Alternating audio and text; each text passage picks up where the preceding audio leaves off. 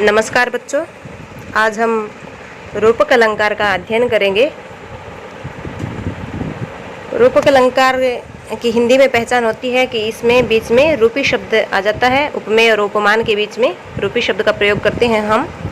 और काव्य प्रकाश के अनुसार इसकी परिभाषा है तद्रूपकम अभेदो यह उपमान उपमेय हो, अर्थात जो उपमान और उपमेय में अभेद स्थापित करे वो रूपक अलंकार होता है। उपमान होता है जिससे तुलना की जाए और उपमेय होता है जिसकी तुलना की जाए। तो जहाँ पर उपमान और उपमेय दोनों में अभेद स्थापित हो वहाँ रूपक अलंकार होता है। यहाँ दे रखा है हिंदी में कि अतिशय सादृश्य के कारण, अतिशय अत्यधिक सादृश्य समानता, अत्यधिक समानता के कारण जहाँ उपमान और उपमेय दोनों में अत्यधिक समानता हो, तो अत्यधिक समानता के कारण जहाँ उपमेय को उपमान का रूप दे दिया जाए, या कहें कि उपमेय को उपमान समझ लिया जाए, तो उपमेय को जहाँ उपमान का रूप दे दिया जाए अथवा उपमेय पर उपमान का आरोप कर दिया जाए, तो उपमेय को या उपमान समझ लें या उपमेय पर उपमान का आरोप कर दिया जाए, वहाँ रूपक अलंकार होता है। इसे हम चंद्रमुख शब्द से समझेंगे। जैसे चंद्रमुख शब्द है, चंद्रमुख शब्द का अर्थ हुआ चंद्रमा रूपी मुख या चंद्र रूपी मुख। तो यहाँ जो चंद्र शब्द है वो है उपमान और मुख क्या है, उपमेय।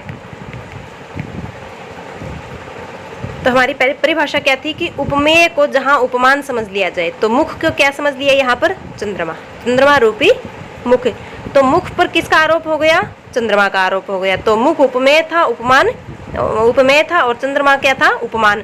तो उपमेय पर किसका आरोप हो गया, उपमान का आरोप हो गया। तो जहाँ उपमेय पर उपमान का आरोप कर दिया जाए वहाँ रूपक अलंकार होता है। रूपक अलंकार के 3 भेद होते हैं। मैं संक्षेप में बता रही हूँ कि रूपक अलंकार के 3 भेद हैं। पहले तो है सांग रूपक, दूसरा है निरंग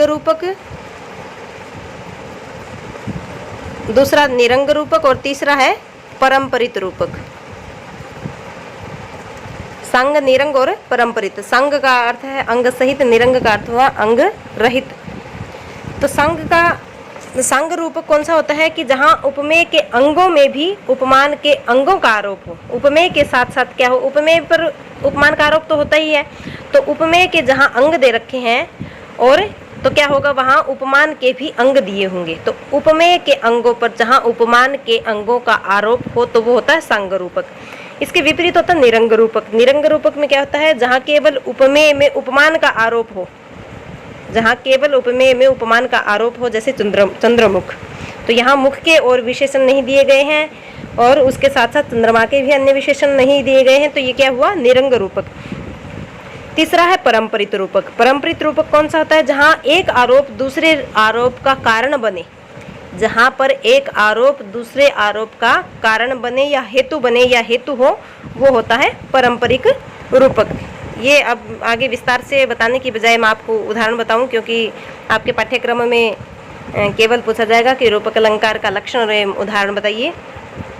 तो उदाहरण है इसका, अनलंकृत शरीरोपि चंद्रमुख आनंदयति मम हृदयम। अनलंकृत शरीरः अपि, बिना सजे हुए शरीर वाला भी। अलंकृत होता है सजा हुआ और अनलंकृत होता है बिना सजा हुआ।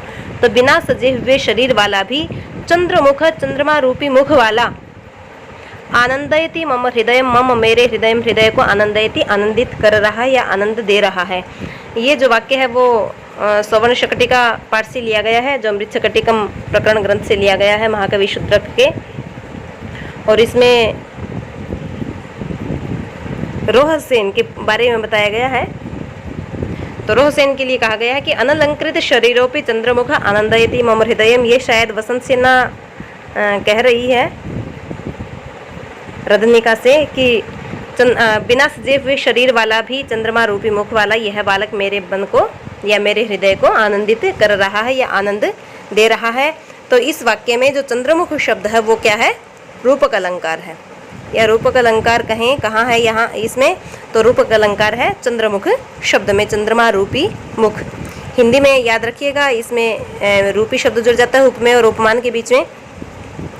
आगे सौवर्ण शकटिका पाठ के इस वाक्य में प्रयुक्त चंद्रमुख शब्द में रूपक अलंकार है। यहाँ पर मुख पर चंद्रमा का आरोप होने से रूपक अलंकार है। तो मुख पर चंद्रमा का आरोप हो गया, और तो हम देखेंगे किस पर किसका आरोप होता है, उपमेय पर उपमान का आरोप होता है। तो मुख क्या हुआ, यहाँ पर उपमेय हुआ, और चंद्रमा क्या हुआ, यहाँ पर उपमान हुआ। तो यहाँ पर मुख पर चंद्रमा का आरोप हो गया, अर्थात उपमेय पर उपमान का आरोप हो गया, इसी कारण यहाँ पर रूपक अलंकार है। तो ये हुआ हमारा रूपक अलंकार। अगले वीडियो में हम अगले अलंकार के साथ उपस्थित होंगे। तब तक आप सभी का धन्यवाद।